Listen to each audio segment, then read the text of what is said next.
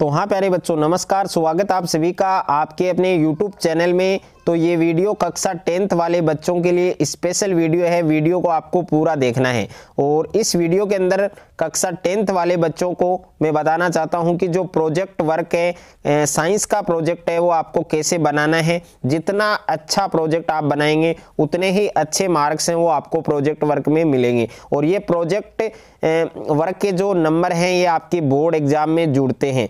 तो जितना अच्छे से आप बनाएंगे और उस प्रोजेक्ट में आपको क्या लिखना है, जैसा मैं आपको इस वीडियो के अंदर बता रहा हूँ, सेम टू सेम वही आपको कॉपी करके लिखना है। और वीडियो को रोक कर साइंस की जो प्रोजेक्ट वर्क है वो आप अच्छे से बना सकते हैं। तो जैसा कि आप यहाँ पर देख सकते हैं, प्रोजेक्ट कार्य कक्षा 10 विज्ञान के लिए, ओके।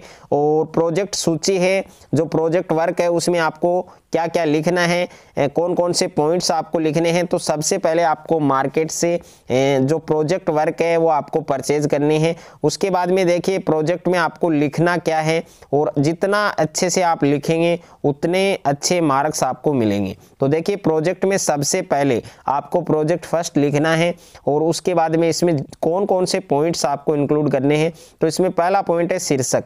शीर्षक में आपको लिखना है विभिन्न द्रवों के वाष्पीकरण की गति का अध्ययन करना। दूसरा है प्रोजेक्ट चयन का उद्देश्य दे रखा है विभिन्न द्रवों के वाष्पीकरण की गति में प्रभाव डालने वाले कारकों का पता लगाना और इससे पदार्थों के भौतिक गुणधर्मों का अध्ययन करना। और प्रोजेक्ट की रूपरेखा और परिसीमाएं दे रखी हैं कि सामान्य ताप व दाब पर विभिन्न द्रवों के वाष्पीकरण दर का अध्ययन। और आवश्यक सामग्री है आपके विभिन्न द्रव, जल, एल्कोहल, एसीटोन आदि। और एक समान आकार वाले पात्र दे रखे हैं और भार मापक यंत्र है, स्टोव, वॉच या टाइमर दे रखा है, तापमापी थर्मामीटर है। उसके बाद में कार्य विधि दे रखी है, तो कार्य विधि भी आपको कंप्लीट करनी है। जैसा मैं आपको बता रहा हूँ इस वीडियो में सेम टू सेम आपको अपनी प्रोजेक्ट में कॉपी करना है। उसके बाद में वर्गीकरण दे रखा है, निष्कर्ष दे रखे हैं और इसकी उपयोगिता दे रखी है और संदर्भ आपको दे रखा है।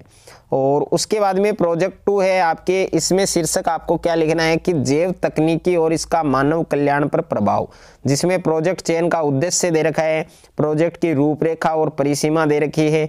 जैसा इसमें लिखा हुआ है सेम टू सेम आपको लिखना है। आवश्यक सामग्री और उसके बाद में कार्य विधि है, और कृषि में जैव तकनीकी दे रखी है, चिकित्सा में जैव तकनीकी दे रखी है, वनस्पतियों और जीवों में जैव तकनीकी, पर्यावरण में जैव तकनीकी और मानव स्वास्थ्य और उनके कल्याण में जैव प्रौद्योगिकी।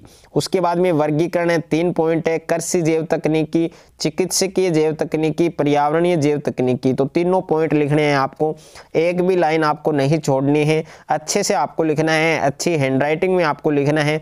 निष्कर्ष और पेन है वो आप 2 प्रकार के इसमें यूज कर सकते हैं, ब्लैक पेन और ब्लू पेन। ब्लैक पेन से आप हेडिंग डाल सकते हैं और नीले पेन से बाकी काम कर सकते हैं। तो निष्कर्ष दे रखा है, निष्कर्ष भी आपको अच्छे से लिखना है, उपयोगिता लिखनी है आपको, संदर्भ लिखना है। उसके बाद में प्रोजेक्ट नंबर 3 दे रखा है आपको, शीर्षक है दैनिक जीवन में पीएच का महत्व है।